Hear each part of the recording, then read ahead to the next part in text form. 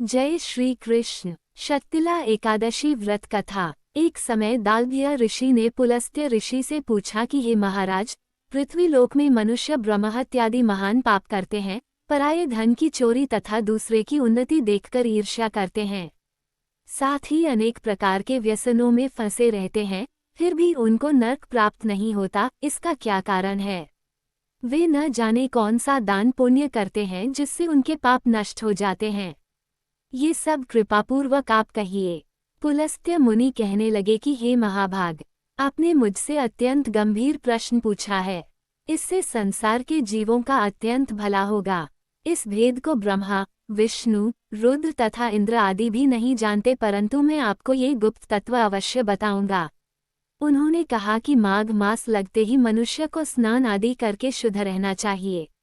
इंद्रियों को वश में कर काम, क्रोध, लोभ, मोह, अहंकार, ईर्ष्या तथा द्वेष आदि का त्याग कर भगवान का स्मरण करना चाहिए। पुष्य नक्षत्र में गोबर, कपास, तिल मिलाकर उनके कंडे बनाना चाहिए।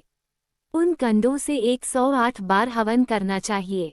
उस दिन मूल नक्षत्र हो और एकादशी तिथि हो तो अच्छे पुण्य देने वाले नियमों को ग्रहण करें। स्नानादि नित्य क्रिया से निवृत्त होकर सब देवताओं के देव श्री भगवान का पूजन करें और एकादशी व्रत धारण करें। रात्रि को जागरण करना चाहिए। उसके दूसरे दिन धूप दीप नैवेद्य आदि से भगवान का पूजन करके खिचड़ी का भोग लगाएं। तत्पश्चात पेठा, नारियल, सीताफल या सुपारी का अर्घ्य देकर स्तुति करनी चाहिए। हे भगवान, आप दीनों को शरण देने वाले हैं, इस संसार सागर में फंसे हुओं का उद्धार करने वाले हैं। हे पुंडरीकाक्ष, हे सुब्रह्मण्य, हे पूर्वज, हे जगतपते, आप लक्ष्मी जी सहित इस तुच्छ अर्घ्य को ग्रहण करें। इसके पश्चात जल से भरा कुंभ ब्राह्मण को दान करें तथा ब्राह्मण को श्यामा गौ और तिल पात्र देना भी उत्तम है। तिल स्नान और भोजन दोनों ही श्रेष्ठ हैं। इस प्रकार जो मनुष्य जितने तिलों का दान करता है, उतने ही 1000 वर्ष स्वर्ग में वास करता है। तिल स्नान, तिल का उपटन, तिल का हवन, तिल का तर्पण, तिल का भोजन और तिलों का दान, ये तिल के 6 प्रकार हैं। इनके प्रयोग के कारण ये शक्तिला एकादशी कहलाती है। इस व्रत के करने से अनेक प्रकार के पाप नष्ट हो जाते हैं। इतना कहकर पुलस्त्य ऋषि कहने लगे कि अब मैं तुमसे इस एकादशी की कथा कहता हूँ।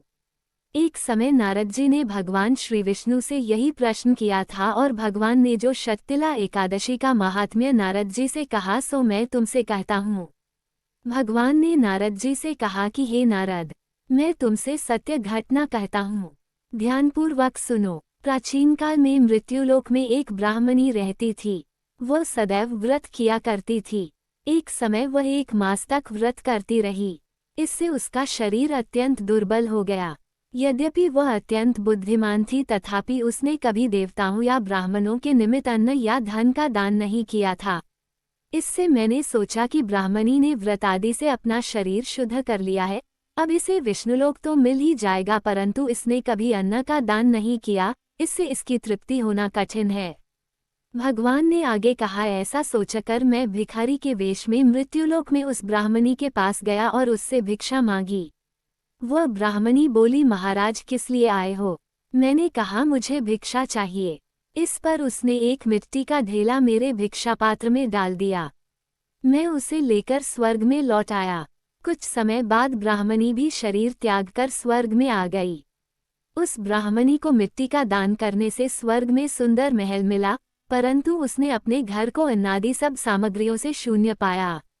घबराकर वह मेरे पास आए और कहने लगी कि भगवान, मैंने अनेक व्रत आदि से आपकी पूजा की, परंतु फिर भी मेरा घर अन्नादि सब वस्तुओं से शून्य है। इसका क्या कारण है? इस पर मैंने कहा, पहले तुम अपने घर जाओ, देवस्त्रियां आएंगी तुम्हें देखने के लिए। पहले उनसे शक्तिला एकादशी का पुण्य और विधि सुन लो, तब द्वार खोलना। मेरे ऐसे वचन सुनकर वह अपने घर गई। जब देवस्त्रियां आईं और द्वार खोलने को कहा तो ब्राह्मणी बोली, आप मुझे देखने आई हैं तो शक्तिला एकादशी का महात्म्य मुझसे कहो। उनमें से एक देवस्त्री कहने लगी कि मैं कहती हूँ। जब ब्राह्मणी ने शक्तिला एकादशी का महात्म्य सुना तब द्वार खोल दिया।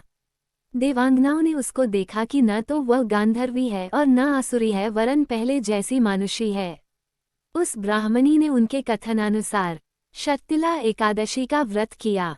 इसके प्रभाव से वह सुंदर और रूपवती हो गई तथा उसका घर अन्नादि समस्त सामग्रियों से युक्त हो गया। अतः मनुष्यों को मूर्खता त्याग कर शक्तिला एकादशी का व्रत और लोभ न करके तिलादि का दान करना चाहिए। इससे दुर्भाग्य, दरिद्रता तथा अनेक प्रकार के कष्ट दूर होकर मोक्ष की प्राप्ति होती है। धन्यवाद। अगर आपको ये कथा पसंद आई हो तो चैनल को लाइक और सब्सक्राइब अवश्य करें। जय श्री कृष्ण।